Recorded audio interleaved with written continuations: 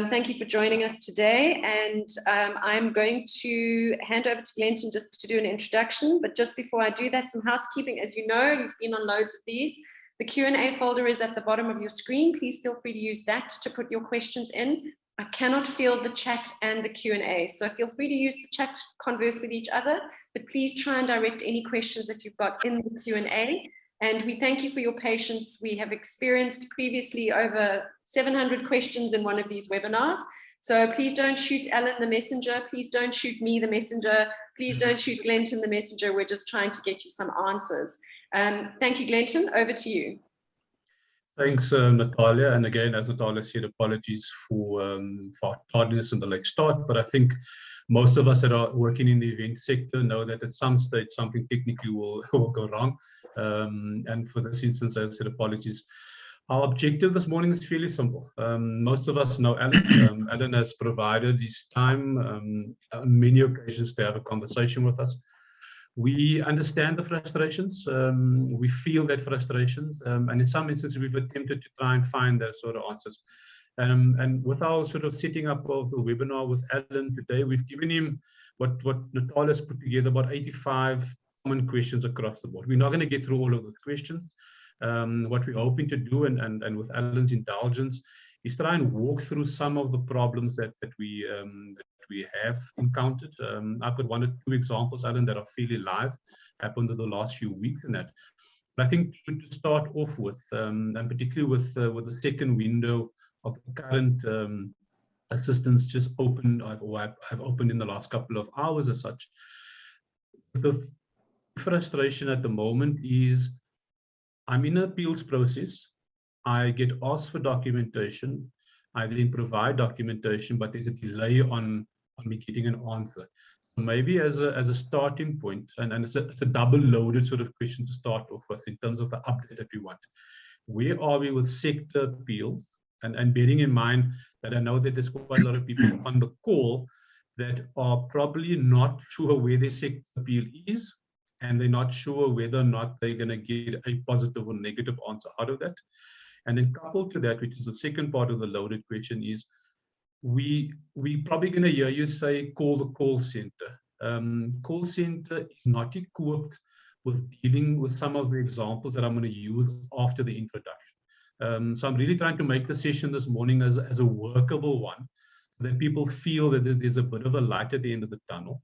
And I must also say in the onset that for many of us, particularly in our sector that haven't worked for 17 months, many of us represent a company or an association like myself with employees who are expecting us to have the answers for money that government has set aside for assistance as such. So I'm sorry to probably sound very harsh on the onset of that, but I'm aware of the number of people that are on the call and the number of frustrations there are. So we're really appealing to yourself as the person that's given his time to really guide us through how appeals are being done at the moment, and what is that actual process that UIF is looking for on the basis of, let's say, turning down an appeal. For our instance, we want to know what do we need to do to get that appeal approved going forward. So thanks for your time, Allan. I'll allow you to give us an update and then get into the Q&A in terms of the practical example that I have to use in the session. So thanks again for your time. And to everybody that's online, all 77 of you, thank you very much for investing your time with us this morning as well. Over to you, Allan. Yeah, thank you very much. Can you hear me clearly? Must I speak a little louder, or I'm fine? You're loud and clear. Can I continue? Okay. Yeah, thank you very much. And I think that is the biggest question that is posed by many in terms of the sector appeals and what the process and what we're trying to do to overcome some of the difficulty experienced by employers or those representing employers. The first part of it in terms of processing, or what is processed to date, close to 3,600 were processed up to Sunday. And I think those that are processed would have received responses and would have went back onto the portal, clicked on approve appeals, and successfully downloaded. However, we got to take into account that those that are not approved. Now, I had a number of webinars in the last couple of weeks in terms of outlining what are the so-called solutions, or how can we unblock those that are blocked. Now, for those webinars, I indicated, I said, send me a mail with the subject line failed appeal. And in that subject line, you can do your attachments. And when I get it, I will double check it up. If it's not yet finalized, I will get those finalized. Now, as per yesterday afternoon, in my inbox and what I have on hand in terms of those processing those appeals was 183. So those 183 will be finalized come Friday or latest by Sunday. I'm not talking about the ones that are not in my inbox in terms of failed approved. Now, whenever I get the queries, I double check it up, whether it's been approved or whether it's been outstanding. And if it's approved, then I don't go and reassess it or reprocess it.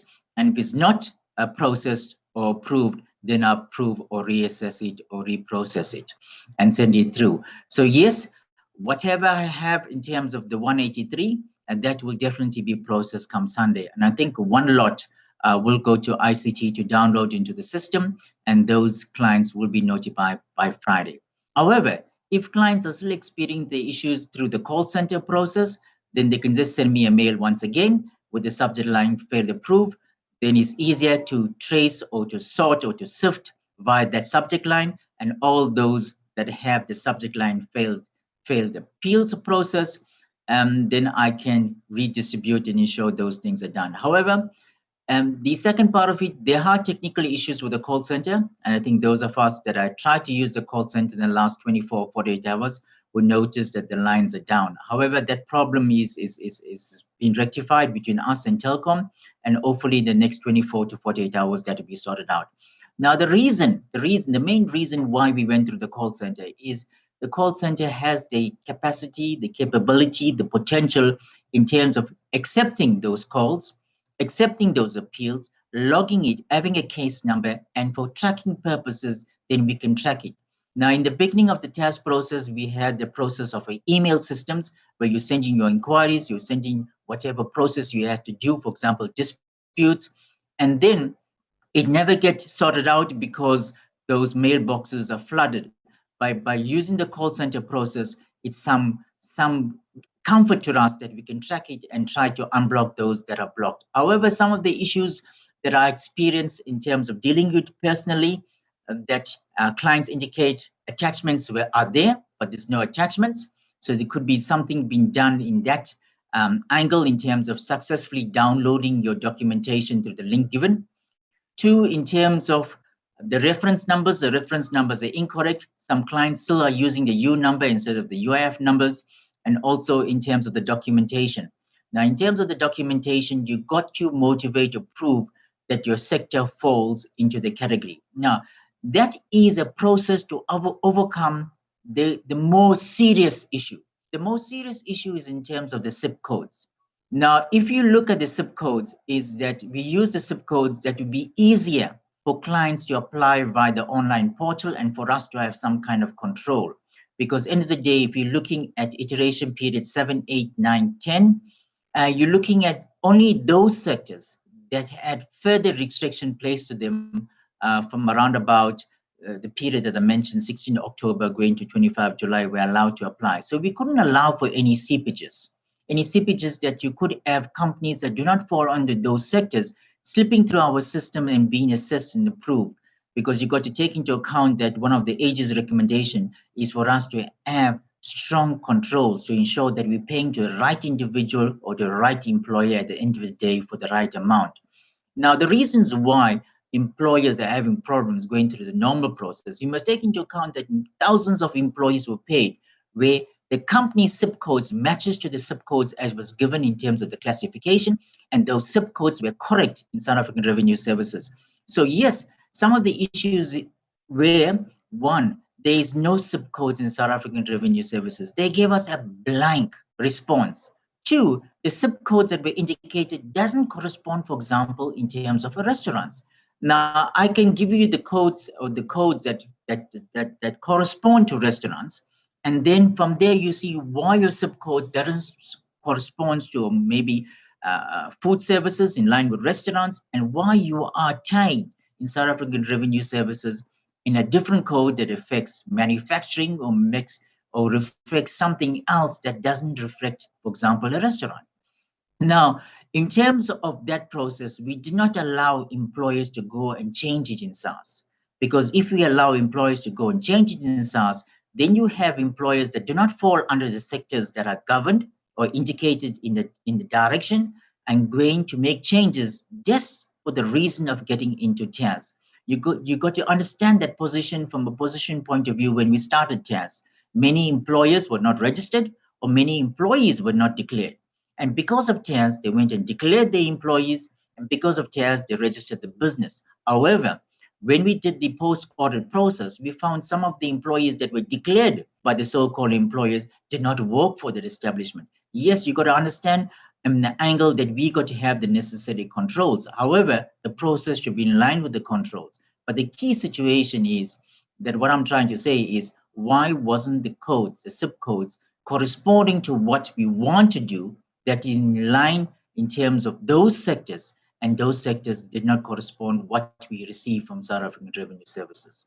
Hopefully I took a little longer time. Hopefully I tried to explain myself, the situation we find ourselves, but I will still will be able to assist your clients if they send me a mail with subject line failed appeals, and I will take the process from there. Thank you. Over to you.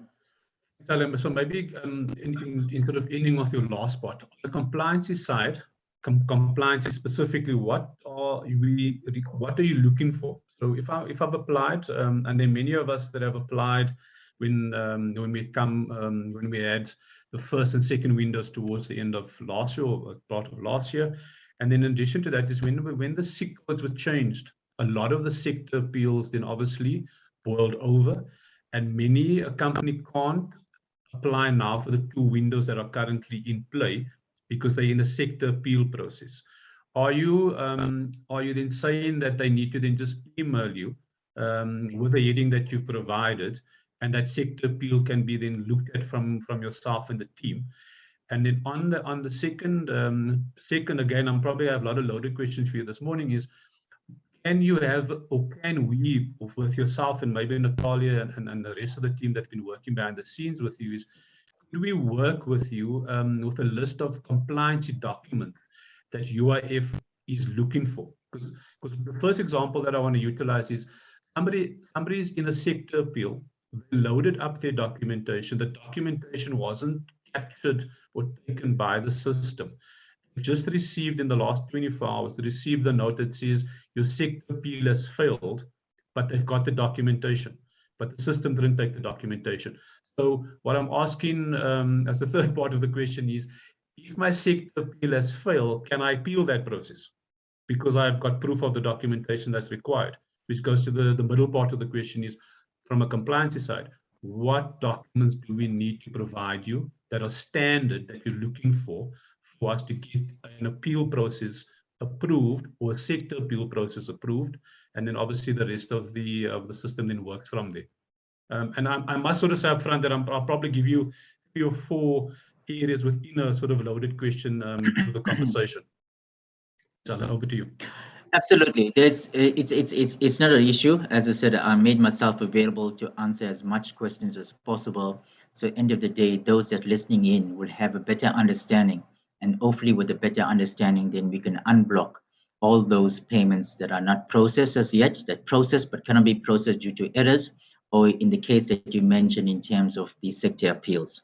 Let me start off in terms of what codes we use, for example, restaurants. In terms of restaurants, the codes that we accept is 56, food and beverage service activities, 561, restaurants and mobile food service activities, 55110, restaurants and mobile food service activities, and 56101, that will be food service activities of takeaway counters, and 56109, other restaurants and mobile food service activities. If you have those zip codes in SAAS, and when SAAS give us a confirmation.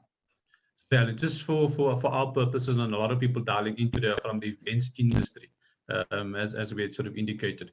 So I think, and we had the same issue with, when you were speaking on the SAACI, and I think with the TBCSA as well. Within the broader tourism space, and the eventing space, you'll have an event organizer, professional conference organizer, you'll have a conference venue. And I think on Annexure A, particularly point number 5, and I think Annexure B, it's either point 16 or 17, we vaguely are sort of lumped with the religious groupings as well in that regard. So on that basis, and I think that's partly some of the challenges in our particular space, is the mismatch between the codes and the mismatch of understanding that we are taken care of in UIF TERS, but the way that the system accepts our information is causing the appeal process, is causing the delay in payments, and in some instances at the call center can't match us because somewhere, as I said earlier, at a compliance level, that's why I use the question of compliance is,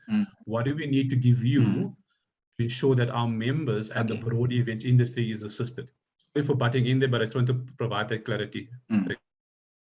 100%.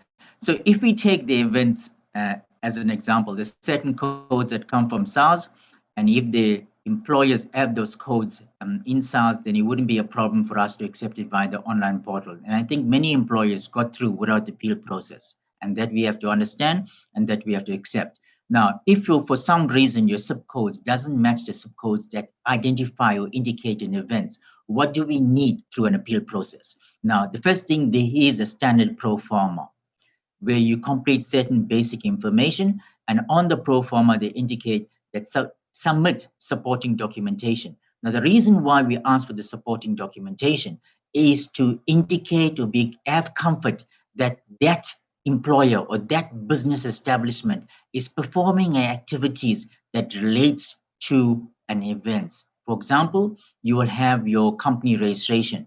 2, you might have your company profile. Your company profile will indicate, for example, your main services. 3, you will have certain supporting documentation that indicates that you're in an event. For example, a receipt or an invoice that says hiring of equipment for events purposes. And then you can have certain documentation that indicates to you that you are registered with certain statutory institution or organization. For example, a certain in the tourism are registered with the tourism board. So they will have those documentation. And if those documentation points in the direction that you are in the event sector, we wouldn't have a problem to approve it. But if your supporting documentation doesn't prove to us in the events sector, then we'll have a problem. Now, you must also take into account your end-to-end processes. You might have an establishment in terms of a venue, but the services or the end-to-end processes are provided by other business establishments. For example, security. Now, you might have a security company that provides security to events. Now, those security agencies will be covered, but the security agency, if you go via the subcodes, will not qualify. So they got to prove to us they have a contract with their events organizer to provide service or security services for that event. And if they provide a contract and show us invoices or some kind of documentation that points they receive payment for services provided to the events during a period of time, then we know that security company will be allowed to claim, because not only in terms of direct, but we're looking at in terms of indirect. Now, the same situation might apply in terms of a catering institution that is attached to an event that provide catering to that event or to that social function or to that business establishments, so they can also apply. So the key thing is, what is your business establishment, what you want to approve, and then give us the supporting documentation to prove your line of thought process. And if your line of thought process equal to what we're trying to achieve, to accommodate those businesses that were affected by stronger lockdown regulations, and then you'll be processed and be approved. If you do not give us those documentation to point us in that direction, yes, your sector appeal will be rejected, because the supporting documentation does not substantiate that sector that we want to protect through the regulations or through the directives. Thank you. Over to you. And before we start taking live questions, I just wanted to get us the flow going as such. Is the call center aware of what you've just shared with us now? Because I think in part you're sitting with that information, which is quite valuable for us. And I think in most instances, it could also assist the call center in assisting the members and particularly event companies in our space, because I know of many of them that in terms of their SIC codes may not have directly reflected that they're in the eventing space, but they've been working in the space for many, many years. And maybe before you respond to my question, and then Natalie, we can maybe take one or two of the questions, because maybe some people might get a little bit frustrated for us not asking their particular questions to Allan, is on the basis of, as I said at the start, if my SIC appeal has been turned down, can I appeal that appeal? Definitely. If your sector appeal is turned down, there's a reason attached to that refusal or the rejection. And if you provide further information to overcome or to eliminate or to nullify that rejection, then it will be accepted. It might be a technical error on your side, not to attach the relevant supporting documentation. It might be a technical error from your side not to sign the appeal form, because every appeal form must be signed. It might be an error on your side not to put in the correct reference number of the company. Therefore, you are allowed to resubmit. And when you resubmit, we review the entire process. So initially, you might be rejected. The next round, you might be approved.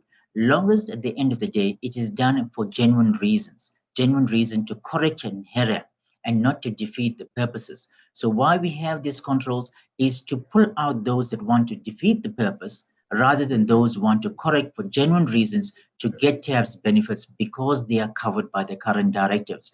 You got to take into account from the start of the TERS process.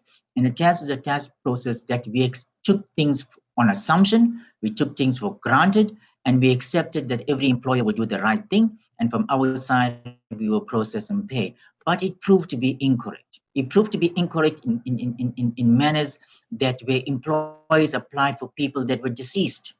Employees applied for people that were employing for state institution, for example, DPSA. Employees applied for individuals that were employed by the Department of Justice, or employers use invalid ID numbers to apply for these employees. You've got to take into account where we're coming from and why it is necessary to have this added controls is not only to safeguard ourselves, but to safeguard the public funds, because end of the day, any money that flows out and goes for the wrong reasons, then we are held accountable in terms of irregular expenditure. And as you're well aware that last year, around about September, the senior staff members got suspended because of lack of adequate controls. So therefore, our system improved that we had further controls. The controls were strengthened, the control were enhanced. But the clients out there, especially the employers or the representative of the employer, understand the reason behind that is not to make it more difficult, but to safeguard ourselves to ensure that we are doing the right thing, and the public will have confidence in us that we are paying correctly and we're paying correctly for the right reasons. Thank you. Over to you. Thanks, Allan. Natalie, you want to take maybe one or two questions? Sure. We can let's do three, and then we can. I'll come back to an example I want to use with Allan. Perfect. Okay. So Angelica said, do you have to do a once-off sector appeal or an appeal per application? For iteration 7, that is from 16th October to 31st December. For iteration 8, from 1st of January to 15 March. For iteration 10, that is from the 28th of June to 25 July, you don't have to repeat your appeals. If your appeal is proved for one iteration, it can be carried over to 8, it can be carried over for 10. However, for iteration 9, which is solely concentrated on the event sector, there you got to lodge a new appeal. And let me give you an example why. Because for iteration 7 and 10, there's a combination of A and B. Combination of A and B includes events and maybe includes restaurants or includes accommodation.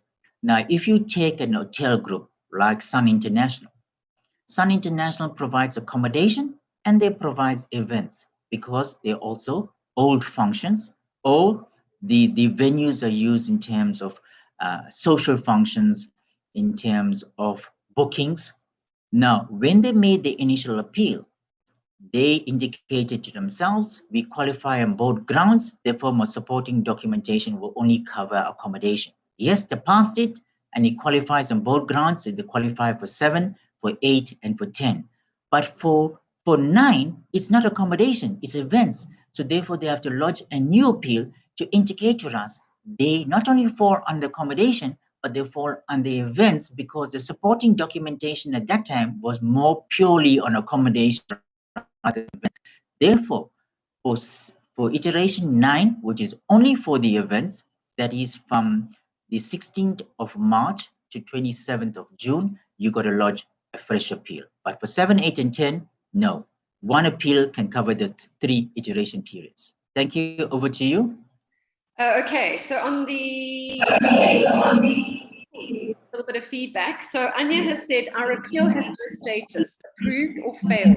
How would we know that we are one of the 187 that Allan still needs to deal with? The call center cannot advise us as to our status.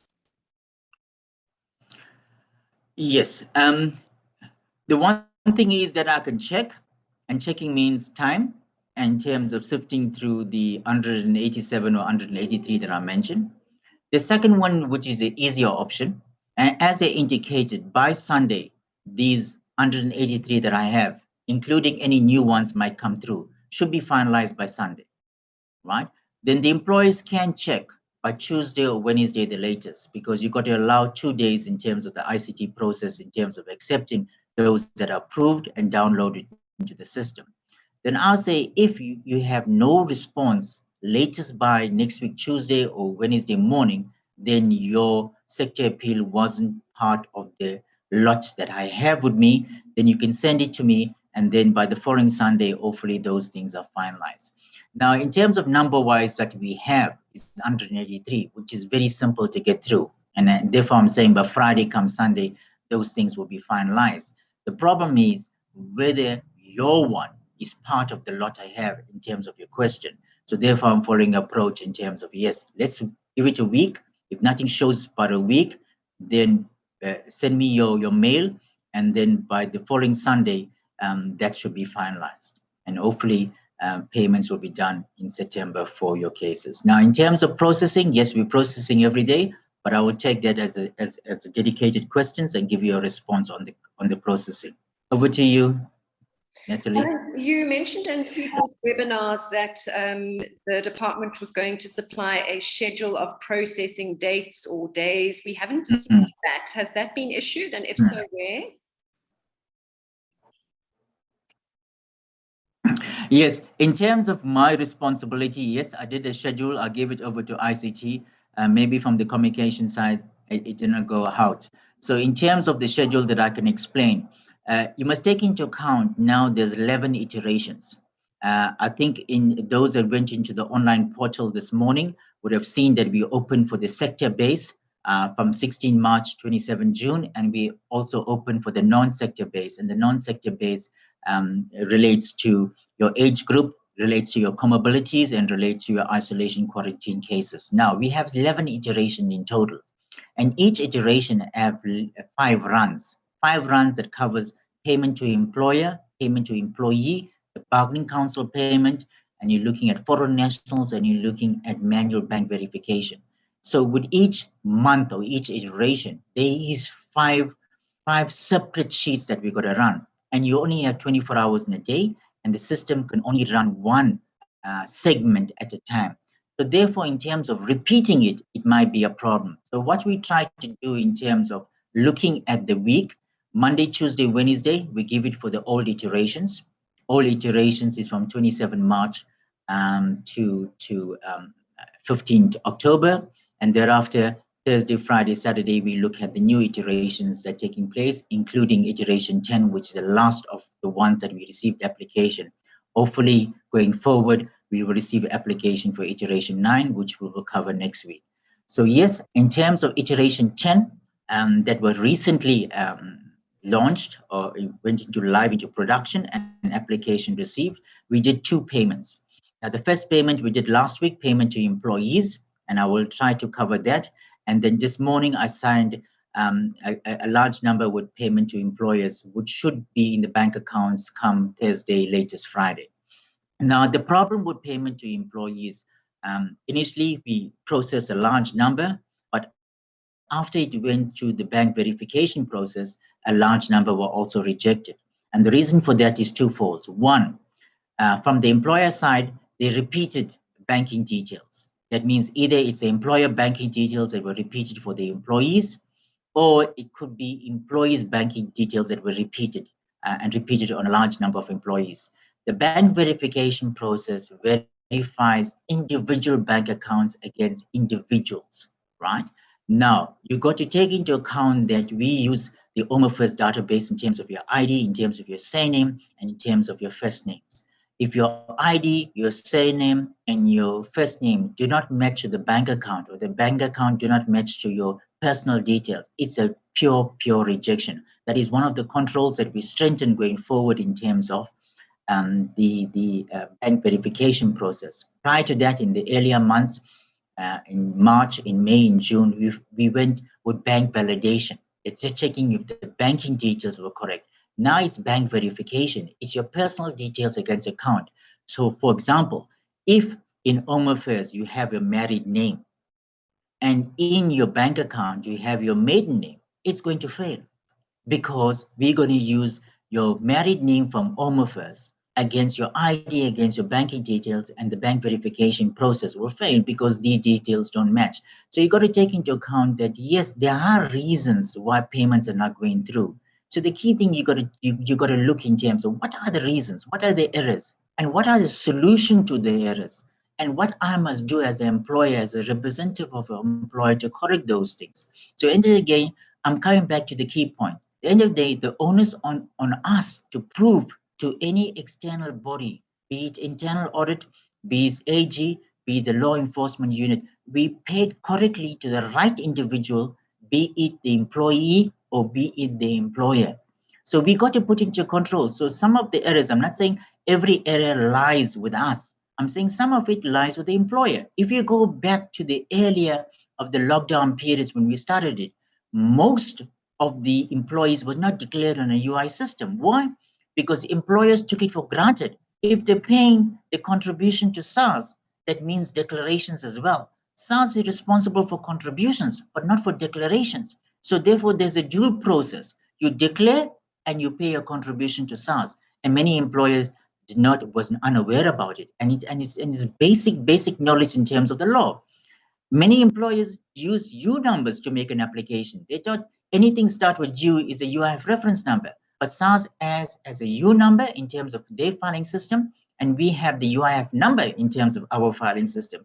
So you got to take into account that going forward, even up to today, yes, there's assumption from the employers what they're doing is correct, but in reality, there are some errors. So at the end of the day, if the errors are not corrected and not corrected rightfully, then no payments will be done. And the same lies with foreign nationals. How can you pay a foreign nationals who doesn't have a record in SARS or doesn't have a record with Home Affairs? Because at the end of the day, the verification we do is an outcome of that process. We do not indicate to SARS what to put. We do not indicate to Home Affairs what to put. We give them data that you give us, send it to SARS and say, SARS, give us the outcome of that process. And when we receive the outcome of the process, if it's positive, we pay. If it's negative, then we cannot pay because SARS is giving us a negative process, because at the end of the day, they're running it against the system. So you got to realize, what did you give SARS for them to give us a negative process? Did you give them the right thing or you give them the wrong thing? Same thing once again with foreign nationals. How can a foreign nationals work without a work permit? How can they work without asylum seeker certificate? And how can you have a person working that doesn't pay pay-as-you-earn taxation? So these are the checks and balances we are doing. So end of the day, it's everyone to look within themselves in terms of retrospection, us, whatever we are doing wrong and try to correct it. And from the employer side and from the representative of the employer side, what's been done wrong from their side and try to correct it. And if both units correct what they have to correct, then we're not going to have a problem going forward. Thank you. Over to you. I think you would have immense from the events industry and the tourism industry to get it right on their side. But the obstacles that they're encountering is that they don't get the communication that tells them why they're not succeeding or why they're not providing the information that is needed. And so literally we sit in no man's land because you've told us we're not submitting what you need, but you haven't told us what it is that we need to submit, or there are inconsistencies. Okay. So it will work with the one, but it won't work with the other. I put it to you, Allan, that the system is broken. Yes. And as wonderful theoretically as you are telling us the system needs to be, in practice, it's not working. It's not working. Okay. Your call center is not working. Something wouldn't work. Okay. I will come to the call center. Something wouldn't work if you paid out 62 billion. It must be something that's working for us to pay 62 billion and pay out 15 million people, right? So it got to work in some way. So all we have to do is to find the areas that are not working and find solution to it. So if somebody says it's not working, that means it's zero output. That system is totally broken. How can you pay from 27 March to date 62 billion? That means 62 billion went to nowhere, went to no one. So at the end of the day, you got to look at the good and the bad, right? And have a balanced view, and we together have to find solutions to the problems. So if there's an error message, because with every rejection, there's an error message. So maybe people do not understand the error message, but the error message is very clear: invalid ID. It means that what you submitted is wrong. Invalid ID means it's wrong. When you check your 13-digit ID number and match it against Home Affairs, it's giving us a negative response. So what do you do with negative ID? Ask yourself, what did I capture? Did I capture the right thing? If I capture the right thing, then why Home Affairs is giving us the wrong information? What is in Home Affairs? Now, the situation there is that when ID numbers change, employers retained old ID numbers and they're using same ID numbers. You must ask yourself the question, why did employers make a claim for people that were deceased, right? So you got to look at it at both angles. So if it's wrong, if it's broken, why are employers submitting details of employees that were deceased? And it was proven it was deceased, right? Because Home Affairs gave us a point. So you got to look at it, what is showing in the front end? Do you understand the message? What education we can do for people to unpack those messages? But I'll give you one example. The second example, no declaration as a contributor from March 2020. It's very simple. You did not declare the person as a contributor, therefore there is no contributing salary. Go back to your declarations and see whether you declared correctly and you declared with a contributing amount. If it's because end of the day, it's what you declaring is showing on the system, right? So look at each thing and say, what is showing and what do I understand? And is my understanding and interpretation correct? And if my understanding and interpretation is correct, then why I am not doing the right thing to correct? And if you correct it, then we must also come on board to do the right thing to reprocess. Thank you. Over to you. Thanks, Allan. And I think the clarity and NSAS having this webinar as the association today for the eventing industry, and I'm going to repeat what I said earlier. So we haven't been working for 17 months. We require, which I think is something that is needed either on your portal or through regular conversations like we've had with you in the last 4 weeks, clarity from somebody. At the moment, you're the only person that's offering up your time. You're the only person that we have an email address for. And I feel for you, because if we've got 95 people on this call, you're going to get 95 emails with 95 problems. So you're uniquely different. We as an association, I think Natalia, with the work that we're doing behind the scenes, including with the teams that I work with in the TBCSA, we're offering our help to yourself, knowing the members, knowing some of the concerns, because the clarity that we have is that you want to do the right thing for all of us. But I must also be honest that, like you rightly said, we only have 24 hours in the day. At the moment, there are many, and I'm watching the chat, I can see the questions. There are some people that are waiting for payments from October last year. So if they're waiting for that payment from October last year, and we've got 2 windows that are open, but I haven't received that payment, and I'm in a sector appeal or in a appeal process, and the system doesn't allow me to make that particular appeal now, we try, and I said at the onset of objective is to find sort of common solutions that allows the process to flow. Because by not allowing the process to flow, what's going to happen after this webinar, you're going to have employees speaking to employers. You're going to have members speaking to myself or Natalia, looking at us and saying, well, another webinar, but we're walking away as if we feel like nothing's been achieved.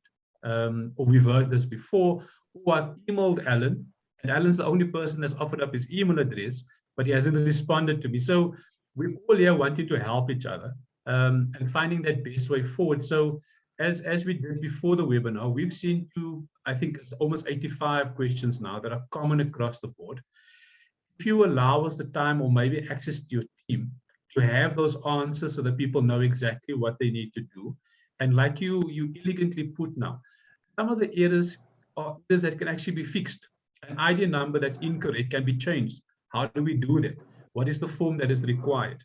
There's a question now, and I think the two windows that are open.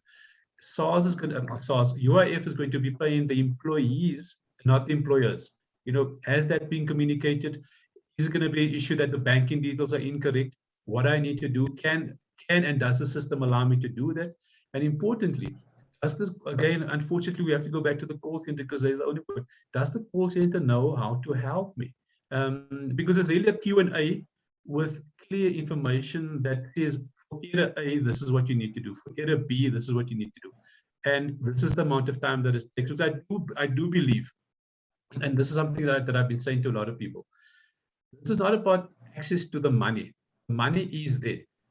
It's the system process that I think we needed to consider.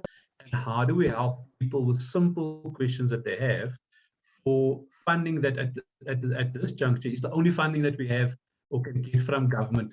And the funding is not for the companies, it's for the people that have not been paid or working for 17 months. So we appreciate I appreciate the frankness of the conversation we're having today. But how and where can we find simpler, quicker solutions, either in a portal, on your portal, either on our website, either through our network that we have with Natalia and the rest of the association, to really help members unravel quite a simplistic process. And that's why I asked you the compliancy question. What is the things that we really have to have as a basis? I mean, I see quite a lot of people talking about the SIC codes. Can we then say that SIC code 82033 is what is the SIC code for the eventing? And the call center knows that it's updated on the system. The process becomes quite easier in that regard. So unfortunately, like the three of us here, people look at us for the answers. And you, the person that knows the system, and we appreciate your time, but I think you also have to understand that we're trying to help members and help yourself going forward. So is there a possibility that within the next couple of days, as we try and clear the backlog and we try and get people paid, that we can put together a Q&A that people can say, okay, that is my problem, this is what I need to do. Is that a possibility for us?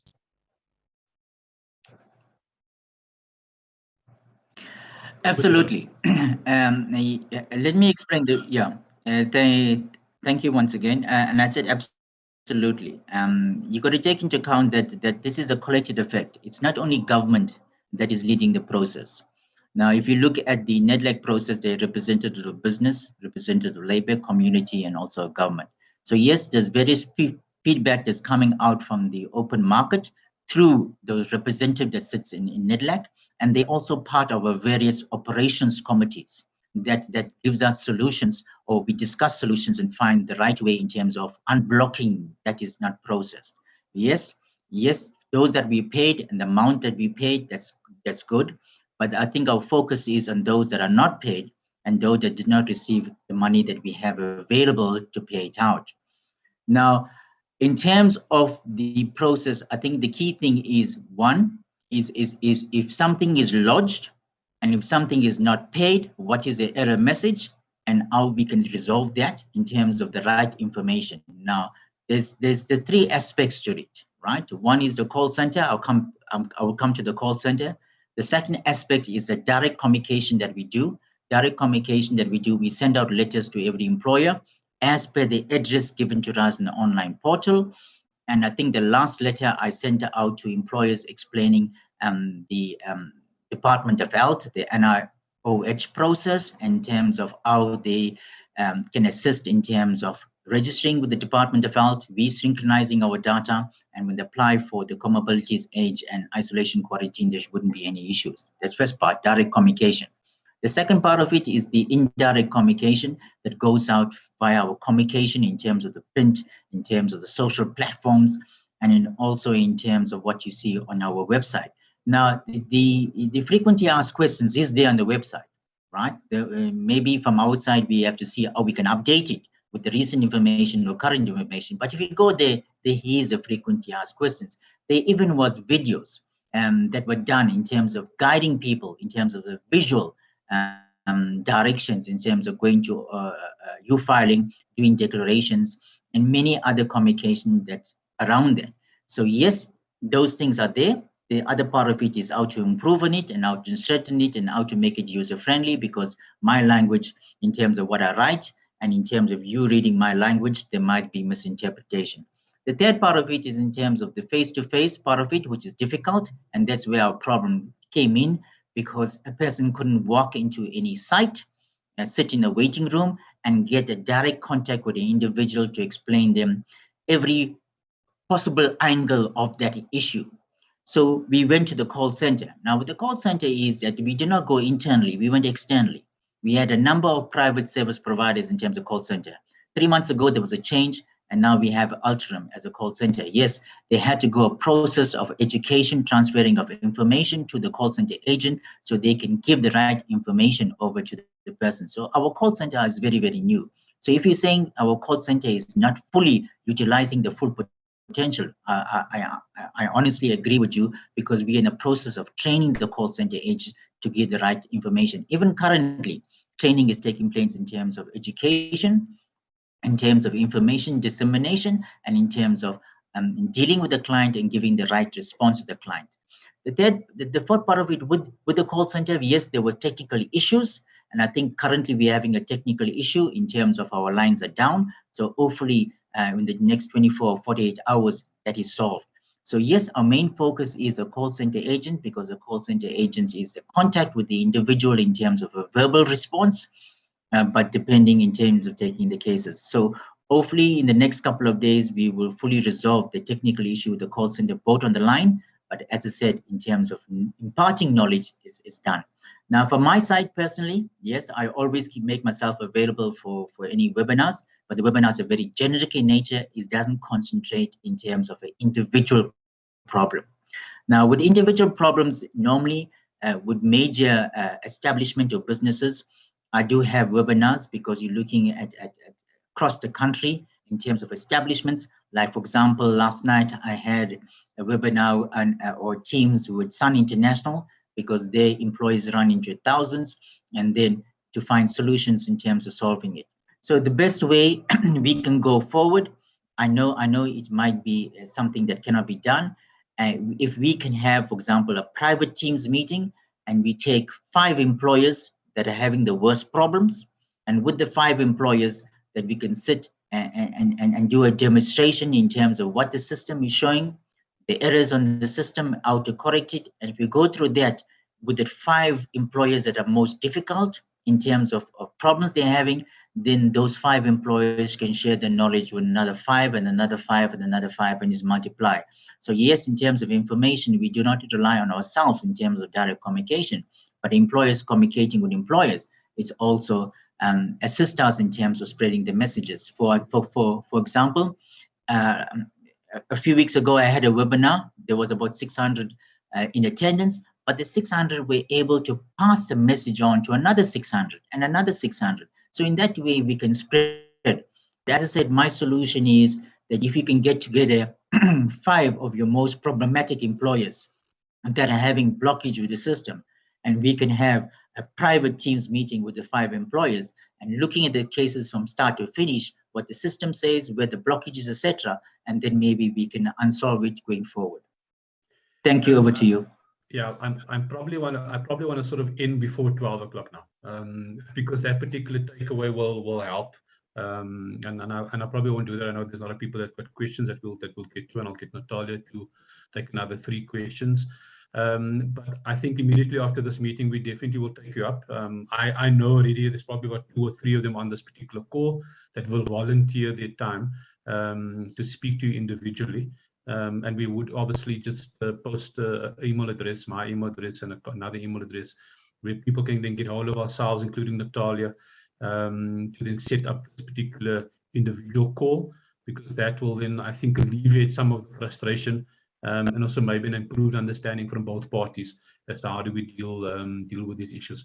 Natalia, we might take 3 questions and then we can move towards almost wrapping up before 12 o'clock. So a couple of questions are asking about the second long period. There is just the following 3 options: isolation, age 60 and over, comorbidities, but none of those are applicable to our application. So my question is, which option do I choose? Age 60 plus, comorbidities and isolation/quarantine. How does the events industry apply that for iteration 11?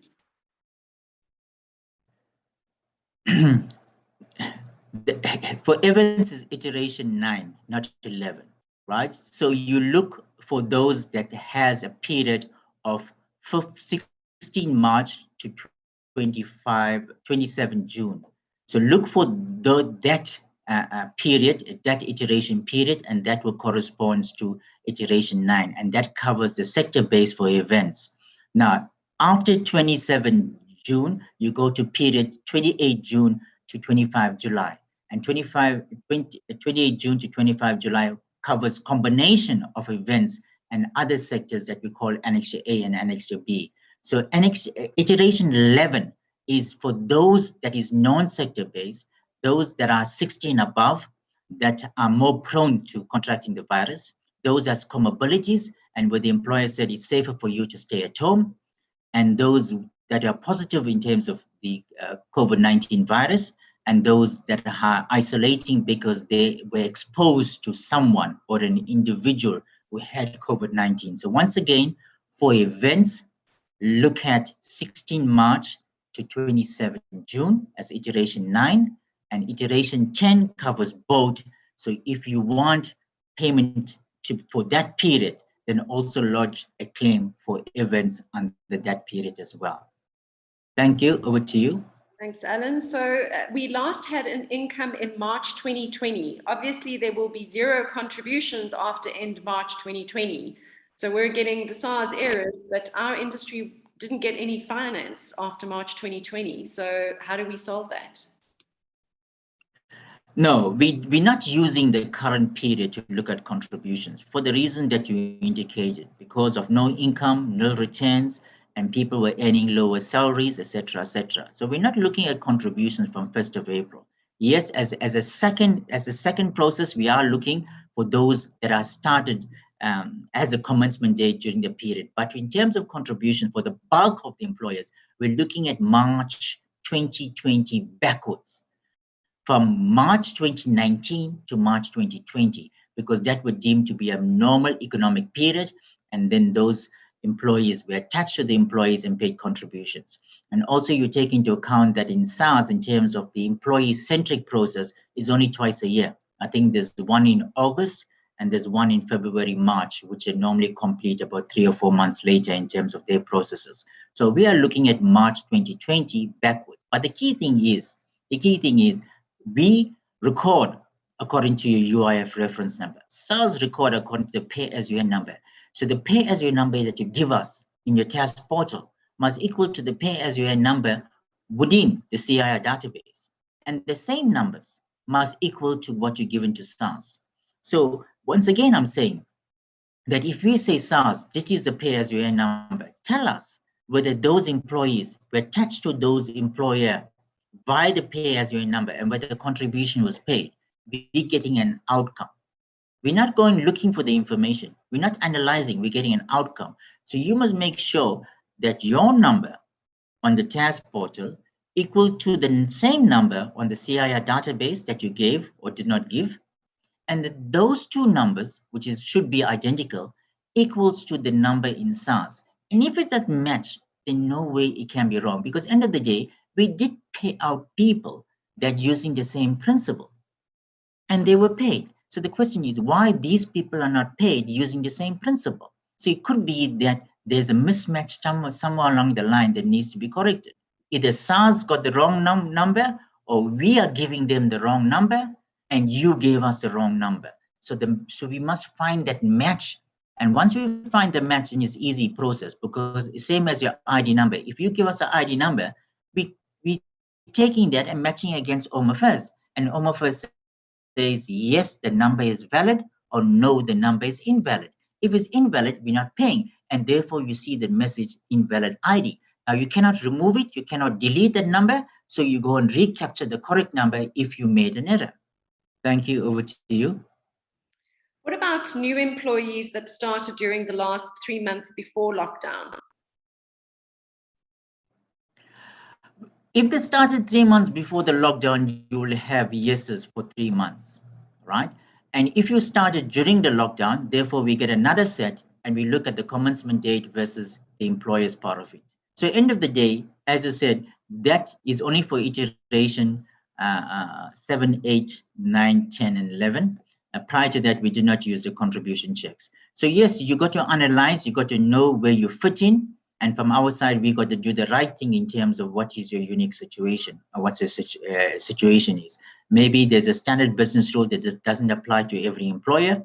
Then we have to segment the business rules in terms of the various segments that we have. So end of the day, all we want to achieve is whether the employer diligently, in terms of compliance, paid contributions regularly. And you got to take it out there.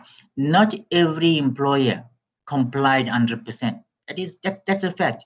Compliance level within the South African economy is very, very poor, because we know it in terms of UI, in terms of employers registered, employers not registered, employees declared, and employees not declared. If we had that principle of compliance and 100% compliance from every employer, we wouldn't be sitting with a problem, because everything would be all systemized. But a large number of employers only paid attention to UI during the lockdown period, and that we have to accept, right? Prior to lockdown period, they never paid attention to it. It was secondary to them, because they never expected lockdown, they never expected COVID, and they never expected UI to assist them in the way that UI assisted them. So they only started paying focus on UI during the lockdown period, and that we must acknowledge and accept. And those employers that paid diligently got paid out, because once again, I'm saying 62 billion is a lot of money. It went out to 15 million individuals, right? So something right was done by some employers and something wrong was done by some employers, because in terms of quality checking the information and ensuring that their information is correct in every state's institution, it was not done. A lot of questions around. Thank you. Over to you. A lot of questions around what the turnaround time is from application to payment. So let's forget about appeals. If I've applied I fall under Annexure A and I've successfully loaded my application and it says application is being processed, how long is that time period take to do payout if there are no issues? Well, we try. I know in some cases go beyond that. We try. It's normally a 2-week period.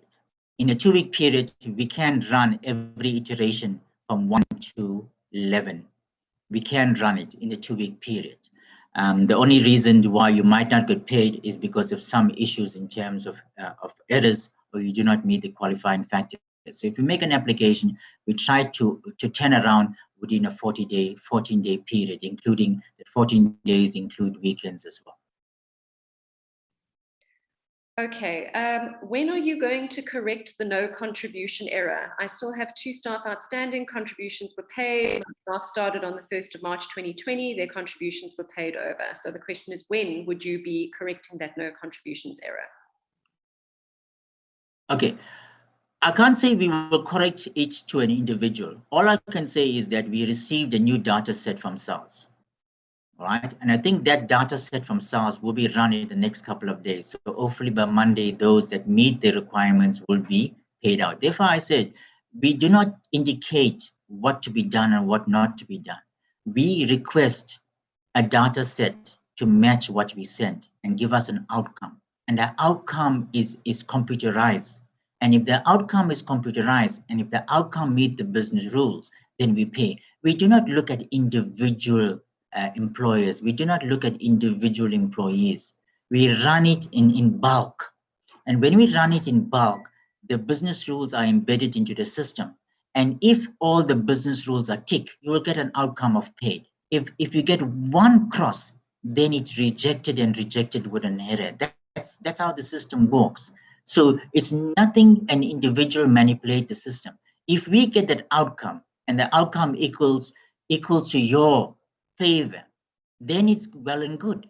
But if it doesn't equal to your favor, we can't go and overturn the decision. So if you say you did the right things and you corrected everything, then when we get the updated information, it must equal to what you are saying. So all I can explain is the principal part of it, but I cannot give guarantee to individual because the individual guarantee will depend what the outcome we get from that process. Have things changed since October last year? We were getting TERS with no problems whatsoever and now have no longer received anything since October 2020. So I know I've asked this question before, Allan, where before it was all fine and then all of a sudden I'm submitting the same stuff, but now it's no longer fine. What would be the reason for that inconsistency? Well, there were two major business rule change. One, the declarations, and two, the contribution check. Because I think for the first 6 months, the department took a softer approach. If you do not pay contributions, you pay it. If you're not declared and if you have one declarations, we pay it. It was a softer approach in terms of the interest. But when we moved to the sector base, then we improved our controls, and we improved the controls on two fields, your declarations and your contributions. Therefore, I said is that if you go to the online portal, there must be a message because that is a way of communicating to individuals. Right? We can put out as much information out in the generic media. But if you want to know why my claim is not done, then it's a specific message against an individual, against an employer. So if you know that specific message, then you should know how, or you should have the knowledge. If you don't have the knowledge, then it's our duty to give you the knowledge how to unblock that with the right actions. And the right actions will equal to reprocessing and repayment. If an application is lodged, we cannot ignore that applications until we pay it out, and we can only pay it out if the right thing is done again. But as I said, once it's lodged, it will be reprocessed and reprocessed and reprocessed, and if it's correct, it definitely be paid out. So if we say it hasn't been paid in October, it's something can't sit in the system without being processed. From our analysis of the system, because we do have external bodies that analyze the database, not only internal audit and auditor general, but we do have a technical advisor in terms of the government technical advisory committee that look into our data set. So we have to tell them what is processed and what is not processed. If something is processed and paid, is good. If something is processed and not paid, then it's also good because we dealt with it. The only problem is if something is not processed, not paid, or unpaid. That is the problem is. So once again, if it's not paid, what is the reasons behind it? Therefore, I said that if I could get a Teams meeting, not a Zoom's meeting, a Teams meeting, because I can share on a Teams meeting. And then we can go to the 5 employees and see where is the problem and whether we are wrong or whether is the employer wrong in the execution of the task. And if we are wrong, we must correct. If the employer is wrong, they must correct. And if both parties are willing to make correction, then we can go a further way forward. I think it would, a lot of the questions are related to this, and it would be helpful to know what the error is, what it means, and how do I fix it? So those 3 columns, because it's all very well me saying, okay, wrong ID or whatever. I know that's the wrong idea, but how do I fix that? That's where the stumbling block seems to be. We need to be able to put that framework together for people. I know, Glenton, you yes. to wrap up, so I will, can I pose one last question? Yeah, no, go for it. You can go for it. Okay. How often do you get updated data sets from SARS, Allan? We can request it on a daily basis, right? We don't do that. So we normally request it over a period of time and normally on a monthly basis. But if need be, we can request it on a daily basis. We have an open relationship with SAACI, and they are always willing to assist us and give us necessary information so that we can assist the clients out there. So if something is done and there's a need for one to be done next week, we will ask it. It's not an issue. So they are willing, and we do it on a monthly basis, but if need be, we can shorten it to a weekly, bi-weekly basis. The only thing is that we don't want to ask the information unnecessarily. If we ask the information, there should be some positive change in it so that it can be used. But if we ask the information and we get the same results, then we're wasting our time and wasting the time of SAACI. Glenton? Over to Yeah. you. I'm mindful of the time that we set aside with you, Allan. So Thank you. No, it's to wrap it up. And I'm going to probably put you on a spot, which is not the right thing to do, but probably the right thing to do in the same instance, is which day of the week can we schedule these meetings? And I want to do that now because we've got close to 100 people online. I'm going to share my email address and my colleague Alshante Smith's email address so that we can coordinate, the 5 at a time, so people can come forward and say, listen, I'm willing to have a chat to yourself. But I want to ensure that we almost ring fence your diary so that we can, I know what's going to happen after this. You've made a public commitment, which is a very good initiative. I think it's something that people want. So can we, in terms of transparency, say, look, we'll do it on a Monday at a particular time, and we can start coordinating that as effect from this week, this week Monday. Yeah. If it's possible, right? I'm willing to do it on a Saturday morning because my diary is free on a Saturday. I think on weekdays are fully, because I also deal with employers, unions with regards to TERS, and it's full booked. So if you say that you're 5, I just need 5 employers, right? As a test case, and then I can set up the Teams meeting because then I can share my documentation, and it's not a problem. But if you say you get me 5 employers and you give me the email addresses of the 5 employers, and they are willing to sit with me on a Saturday at 10, they need to be fine for myself, because weekdays, as I said, it's not only in terms of the TERS. You must take into account that I have my normal duties post-TERS that I still do at the moment, and that I got to fit in during the working day. And Saturday for me, if they are willing, 5 employers, Saturday 10 o'clock. This Saturday 10 o'clock, I'm willing to do it for you. Cool. I just posted my email. What I'm suggesting, Allan, is that we'll coordinate it from outside. We'll share that email addresses with you, and then you can set up the Teams meeting for this coming Saturday at 10 o'clock, and then we can take it from there for the next couple of weeks to see how best we can solve some of these very frustrating problems that we're all experiencing at the moment. So in closing, I'm not sure if there's any final words from yourself, Allan. Thank you for your time. But maybe it's just some... Yes. I know it's difficult, right? Definitely, I know it's difficult and all, because when it comes to money, it comes to income, it comes to salary part of it. Yes, I know it's a topic that needs to be spoken about. From my side, yes, the need be that I'll always make myself available and try to satisfy as many I can. And hopefully the session that we have on Saturday can unblock many of the issues, and hopefully from that 5, the word can spread, and then hopefully we can get more on pay, and hopefully come September, we wouldn't be sitting with the same issues. Thank you very, very much from my side. Allan, thank you for your time. I want to thank Natalia for offering her time and being part of not the background team, but the team that's trying to help everybody across the sector. As I said at the start, it's been frustrating for all of us. We're trying to find the solutions as a collective. We know that we haven't been able to answer all of your questions. I think the positive I'm taking away from this is that Allan has made himself available. We're looking for 5 volunteers for this coming Saturday. We'll keep looking for more volunteers to help all of you individually in a far smaller way.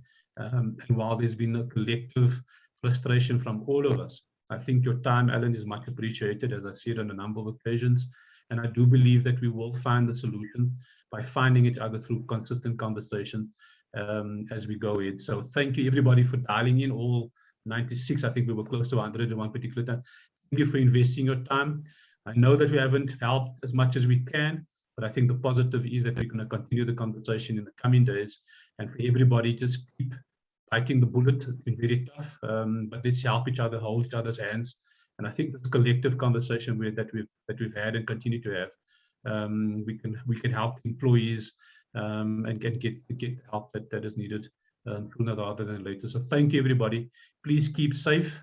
And I know I'm going to get into trouble for saying this, but yeah, if you're thinking about getting vaccinated, please do so sooner rather than later. I think all of us want to get back into in-person events. All of us want to travel the country again, but please keep safe, take care of yourself.